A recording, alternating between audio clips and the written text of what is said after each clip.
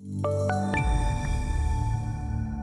today's energy markets, let's take a look at natural gas futures as they're realizing further upside today. We're seeing them up now for a second session, back above the $7 handle, and actually today trading at the highest level in 2 weeks. 7.51 is where the futures market currently is trading. And I think when you look at some of the driving factors today, it's a couple things to point to. Number one, it does appear that there's further supply coming out of the market, particularly for the Western world, when over the weekend it was announced that Russia is cutting supplies to the EU. So I think that's having an impact from sentiment and also from fundamentals moving forward, at least from a short-term perspective.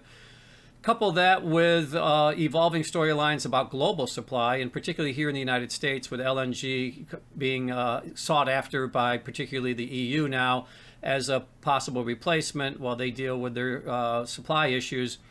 And really just getting these shipments out of the LNG outputs here, or outlets in the U.S., is becoming a challenging environment. The infrastructure in the U.S. just isn't quite ready to handle the increase in demand as we continue to see bottlenecks from a pipeline standpoint, constraints in pipeline, getting the natural gas to the delivery stations for shipping continues to be a theme, and I think it's going to remain to be a theme, I should say, as is particularly if the U.S. is going to be relied on more heavily moving forward to kind of alleviate some of the supply concerns. So I think those are the two bigger themes today driving some of the price action. Now, it was interesting also when you look at the energy space as a whole, not only natural gas was higher in the session throughout the session, but we did see WTI lower initially and trading down to just over, I should say, $100 a barrel intraday, but then recovering throughout the afternoon and then closing higher on the session.